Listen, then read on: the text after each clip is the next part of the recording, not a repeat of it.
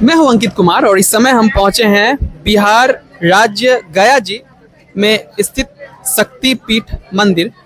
यहाँ हमारे साथ इसी मंदिर के पुजारी जी जुड़े हुए हैं, तो इनसे हम कुछ प्रश्नों के उत्तर जानने की कोशिश करेंगे। पंडित जी, सबसे पहले तो हम आपका परिचय जानना चाहेंगे।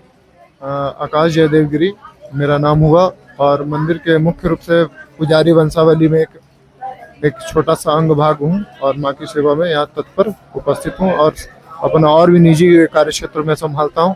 इस शक्तिपीठ का क्या महत्व है और माता का यहाँ कौन सा अंग गिरा था, ये क्या है, ये कथाएं? जी, सबसे पहले हम लोग डायरेक्ट विषय पे आएंगे कि ये अंग भाग और इनका जो महत्व है कई पुराणों में अंकित है। जितने भी तीर्थ क्षेत्र है, आदि शक्ति जगदम्बा जो जगत जननी है, उनके विग्रह भाग जो माता प्रजापति दक्ष के जो पुत्री थी माता सती और भगवान शिव की पत्नी थी, उनका यज्ञ कुंड में सती प्रथा के अनुसार दाह के संस्कार के बाद वह विग्रह भाग जो था शरीर का अंग पृथ्वी पे सुदर्शन चक्र के माध्यम से खंड खंड पीठों में स्थानांतरित हुआ और वह जहाँ जहाँ स्थान है वो सारे तीर्थ क्षेत्र हैं। कई जगह पे प्रधान तीर्थ हैं और कुछ शक्तिपीठ के नाम से विख्यात हैं। तो तमाम शक्तिपीठों में जो माता शक्ति को कहते हैं शक्ति का भाग और पीठ का मतलब होता है अंग भाग। तो ये शक्तिपीठ का महत्व यही है कि माता का जहाँ अंग भाग गिरा है वो सारे शक्तिपीठ है। और यहाँ कौन सा अंग गिरा था? यहाँ पालन पीठ जो स्तन का भाग होता है एक जगत जननी और किसी भी महिला का जो एक पालन पोषण के लिए सबसे वो स्थान होता है, तो उन स्थानों का यहाँ पे मुख्य जिक्र मिलता है हमारे श्रीमद् देवी भागवत में। जैसा कि पंडित जी आप बता रहे हैं कि माँ सती का यहाँ स्तन का भाग गिरा था, स्तन गिरा था, तो बहुत सारे लोग ऐसे होते हैं जिनका ये कहना है कि मतलब उस चीज से जुड़ी जो बीमारियां होती है, तो अगर उसके लिए यहाँ माँ से प्रार्थना की जाए पूरे दिल से, तो कहीं ना कहीं माँ उस प्रार्थना को जल्द ही स्वीकार करती है और उस चीज से राहत देती है। तो इस बात में कितनी सच्चाई है?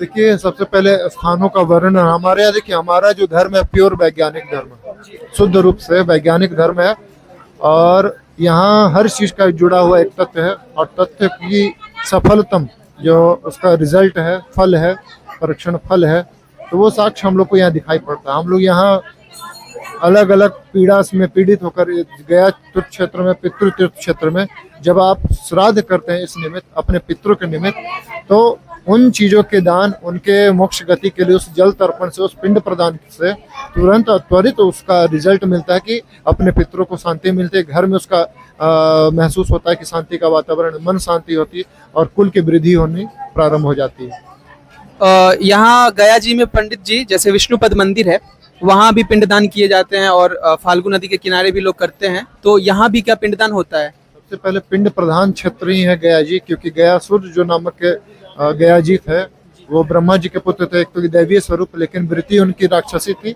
इसलिए गयासुर के नाम से जाने जाते हैं। साक्षात ब्रह्मा जी के पुत्र थे और दैवीय गुणों से निपुण थे, विराट तपस्वी थे और वो तपस्या के माध्यम से इस प्रकार का उन्होंने वरदान प्राप्त किया था जिससे कोई भी उनके शरीर को स्पर्श करेंगे और सीधा मोक्ष को प्राप्त करेंगे। तो ये पंचकोश में जो फैला गया शहर है, जिसको कहा गया पुराणों में, गरुड़ पुराण में, अन्य कई पुराणों में कि पंचकोश गया क्षेत्र, तो जितना 5 कोश क्षेत्र का उनका शरीर था गयासुर जी का, उस क्षेत्र के अंतर्गत आप कहीं भी पिंड प्रदान करते हैं त्वरित उस पिंड का मोक्ष गति प्राप्त होता है, किसी भी माध्यम से हम करें।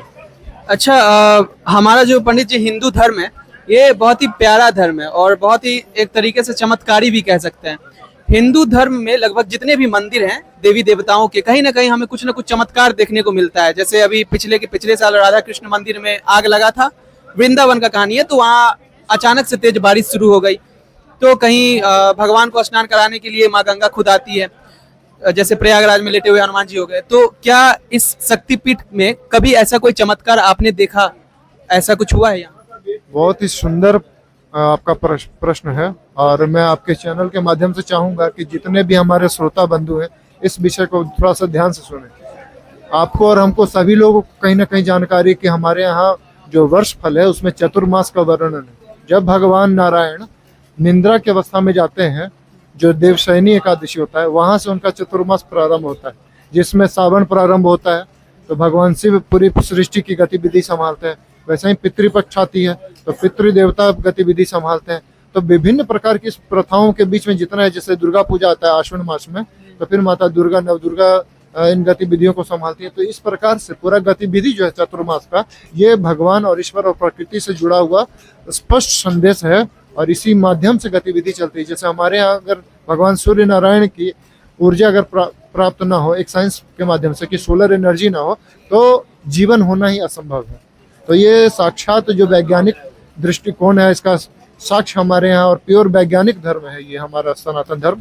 तो इसकी पराकाष्ठा जो है साधारण रूप से समझना मेरे अपने विश्वास से और अपने विचार से मैं कहना चाहूँगा कि ये अस्मरणीय है। पंडित जी, हर जगह हर धार्मिक स्थान का अलग अलग नियम होता है हर भगवान को पूजने का। तो क्या यहाँ भी आप भक्तों को कुछ मतलब बताना चाहते हैं कि यहाँ की पूजा की प्रक्रियाएं कैसी होती है, किस तरीके से यहाँ माँ देवी का, सती का पूजा किया जाता है? आप जो यहाँ गतिविधि करते हैं पूर्ण निष्ठा के साथ आप करें, और खास करके जब गतिविधि करें तो 3 चीज का मुख्य यहाँ पर ध्यान रखें। सबसे पहले तीर्थ क्षेत्र धाम में चोरी नहीं करना चाहिए, दूसरा झूठ नहीं बोलना चाहिए, और तीसरा किसी भी पर स्त्री या पुरुष पे आप गलत निगाह न रखें। तो इन विषयों को लेकर, क्योंकि जहाँ पे भी हम पुण्य कमाने जाते हैं तीर्थ क्षेत्र में, धाम क्षेत्र में, तो कई लोग अपना पाप वहाँ धोते हैं और वहीं पे इर्द गिर्द उसका स्थान होता है। तो आप जब पाप करते हैं तो वो सारी पाप जो है उसकी जड़ें आप पर विराजमान होती और उससे आप और ज्यादा दूषित हो जाते हैं। तो तीर्थ क्षेत्र में जब भी जाएं तो कुछ महत्वपूर्ण विषयों का ध्यान जरूर रखें। बहुत सारे लोगों का कहना होता है और बहुत सारे धर्म गुरु भी ऐसा कहते हैं कि अगर कहीं आप भंडारे में भी जा रहे हैं, कहीं भी किसी मंदिर के द्वारा या किसी अन्य लोगों के द्वारा अगर किया जा रहा है, जितना आपका सामर्थ्य होता है उतना आप वहां जरूर दान करें। क्योंकि बहुत सारे लोग हमारे यहाँ ऐसा करते हैं कि भंडारा देख के जाते हैं, खा के वापस निकल जाते हैं बिना कुछ दान पुण्य किए, भले उनके पास सामर्थ्य हो फिर भी वे ऐसा नहीं करते दान।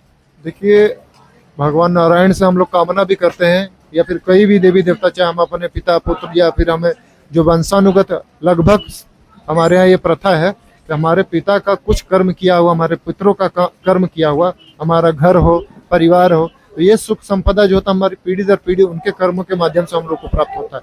तो ये कल्चर और एक परंपरा भी है कि आप जहाँ जाते हैं किसी का ऋण लेकर ना आए, अपने हिस्से से कुछ उनके साथ सत्कर्म करें, संस्कार ट्रांसफर करें और उन्हें भी प्रेरित करें कि आप भी इस परंपरा को आगे निरंतर बढ़ाते रहिए। इस नियत बस और इस सनातनी परंपरा और संस्कार को प्रोत्साहन देने के लिए आप बिना किसी कर्ज के भाव के आप अपने हिस्से से कुछ न कुछ लोगों को दान करें, पुण्य करें, और ये परंपरा पूरा निष्ठा और विश्वास के साथ ये परंपरा होनी चाहिए। अगर नहीं है तो आप तब तक आप उन चीज़ों के बारे में जानकारी लें, अध्ययन करें, और तब इन विषयों के प्रति आप अपनी निष्ठा प्रकट करें। आपके हिसाब से दर्शन के लिए यहाँ युवा सबसे ज्यादा पहुँचती है या जो पुरानी पीढ़ी है वे यहाँ पहुँचते हैं सबसे ज्यादा? देखिए, सारे लोग हमारे यहाँ आते हैं और निष्ठा भाव और सकारात्मक शक्ति, किसी का कोई बंधन नहीं है किसी पे भी। जिनकी आस्था होती है वो जुड़ते ही हैं, जिनका अपना संस्कार वो आते ही हैं। जहाँ तक आपका एक विषय रहा कि युवा वर्ग कैसे जुड़ेगा, तो मैं आपको कहना चाहूँगा युवा वर्ग के लिए अपने सरकार जो है केंद्र में और सभी प्रदेशों में, उनसे भी विशेष आग्रह होगा मेरा कि आप उस जगहों पे गुरुकुल की व्यवस्था स्थापित करें और शिक्षा में श्रीमद् भागवत और रामायण के पाठों का और उन विषयों का थोड़ा स्मरण को जोड़ें और बच्चों में संस्कार स्थापित करने का प्रयास करें। तो यहाँ हमारी जो छोटी सी बातचीत हुई यहाँ के पंडित जी, यहाँ के पुजारी से, हम लोगों ने ज्ञान पर बातचीत किया, हम लोगों ने धर्म पर बातचीत किया, धार्मिक स्थानों पर बातचीत किया, और हम लोगों ने आज की बदलती जो युवा पीढ़ी है उनके बारे में बातचीत किया। बदलती इस कॉन्टेस्ट में कि हमारी अब युवा पीढ़ी भी जागरूक हो रही है, वे भी धर्म से जुड़ रहे हैं, धार्मिक स्थानों से जुड़ रहे हैं, जिसमें हमारे जो धर्म गुरु हैं बड़े बड़े, जैसे प्रेमानंद जी महाराज, अनिरुद्धाचार्य जी महाराज और धीरेन्द्र शास्त्री जी, इन सभी का बड़ा हाथ रहा है। तो अगर आपका भी कोई प्रश्न है इस शक्तिपीठ से जुड़ा, जो कि बिहार राज्य के गया जिले में स्थित है, तो आप हमें कमेंट में बताएं। और अगर इस बातचीत के दौरान आपको एक भी बात जो आपके मन में खटक रही हो, जो लगा हो कि गलत हो या सही हो, हमें कमेंट में जरूर बताएं। मिलते हैं अगली न्यूज़ के साथ, तब तक के लिए देखते रहिए AK Spec 24/7। जय हिंद, जय भारत।